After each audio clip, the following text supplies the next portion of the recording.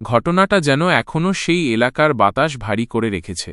দোহার থানার শান্ত চরজয়পাড়া গ্রাম, এসপি বাড়ির কোল ঘেঁষে বয়ে যাওয়া রাস্তাটা, যেখানে একটা কালভার্ট আর তার গা ঘেঁষে রহস্যময় ঝোপটা আজও যেন ফিসফিস করে, সেই রাতের কথা বলে। এর আগেও এই জায়গা নিয়ে কত কানাঘুষো শুনেছি, আজ আরও একটা হিম করা গল্প শোনাই। আজ থেকে বছর 7 আগে গভীর রাতে এক রিকশাচালক যাত্রী নিয়ে সেই পথে আসছিলেন। ঘড়ির কাঁটা তখন হয়তো ছুঁয়েছে 11টা, বা হয়তো একটু বেশি। গ্রামের নিস্তব্ধতা তখন গাঢ় হয়ে চারপাশ আঁকড়ে ধরেছে। রাস্তায় জনপ্রাণীর চিহ্নমাত্র নেই। রিকশা চলছে আপন মনে, আরোহী সম্ভবত ক্লান্তিতে ডুবে। হঠাৎ দূর থেকে তাদের চোখে পড়ল রাস্তার ওপর সাদা কিছু একটা। যত কাছে এলো ততই স্পষ্ট হল সেই অস্পষ্টতা। কালভার্টের ঠিক উপরে সাদা কাপড়ে ঢাকা যেন একটা শরীর পড়ে আছে। রাতের নিস্তব্ধতা চিরে একটা চাপা বিস্ময়ের ঢেউ উঠল দুজনের মনে। রিকশা থামিয়ে দুজনেই নেমে এলো। এত রাতে এখানে একটা লাশ, কে ফেলে গেল?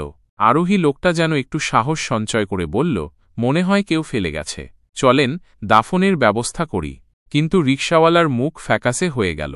সে আঁতকে উঠে বলল, না না, আমি পারব না, আমার ভাড়া মিটিয়ে দিন, আমি চললাম। যাত্রীটি তখন একটু নরম সুরে বলল, ঠিক আছে, আপনাকে আমি আরও 100 টাকা বেশি দেব। অতিরিক্ত টাকার লোভ সামলাতে পারল না রিকশাওয়ালা। রাজি হল, তবে একটা শর্ত জুড়ে দিল, লাশ তুলতে হবে সেই যাত্রীকেই। লোকটি রাজি হল। ধীর পায়ে সে এগিয়ে গেল সাদা কাপড়ের দিকে। বুকটা তারও ধুকপুক করছিল। সন্তর্পণে কাপড়ের এক পাশ সরাতেই তার রক্ত হিম হয়ে গেল। লাশটা চোখ খোলা করে তাকিয়ে আছে, জীবন্ত মানুষের মতো স্থির, অপলক দৃষ্টি।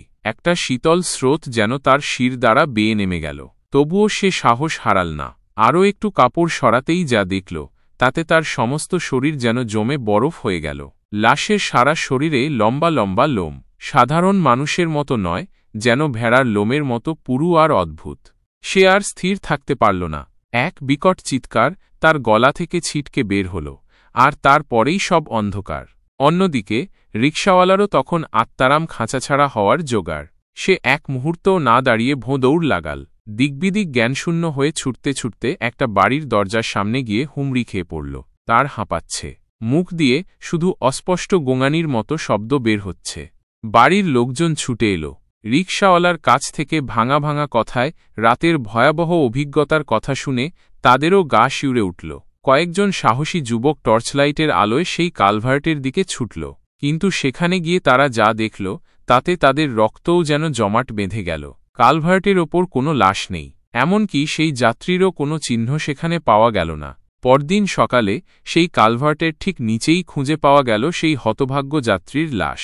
অর্ধেক কাদার মধ্যে ডোবানো, মুখ থুবড়ে পড়ে আছে। তার বিস্ফারিত চোখ যেন এখনও সেই রাতের বিভীষিকা বয়ে বেড়াচ্ছে।